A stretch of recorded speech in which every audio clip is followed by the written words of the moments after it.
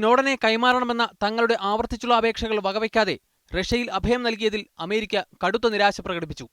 റഷ്യയുമായി ദീർഘകാലമായി നിലനിൽക്കുന്ന സഹകരണത്തിന് സംഭവം ക്ഷതമേൽപ്പിച്ചതായും അവർ അഭിപ്രായപ്പെട്ടു.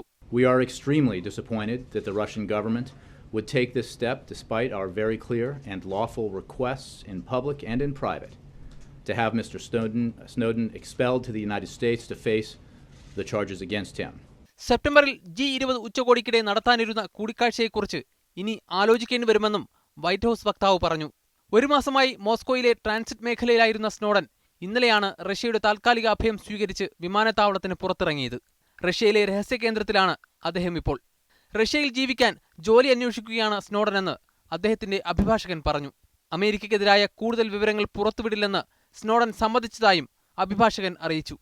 തനിക്ക് അഭയം നൽകിയ റഷ്യൻ അധികൃതർക്ക് സ്നോഡൻ പ്രസ്താവനയിലൂടെ നന്ദി പ്രകടിപ്പിച്ചു. സ്നോഡന്റെ പിതാവും റഷ്യയ്ക്ക് നന്ദി അറിയിച്ചു.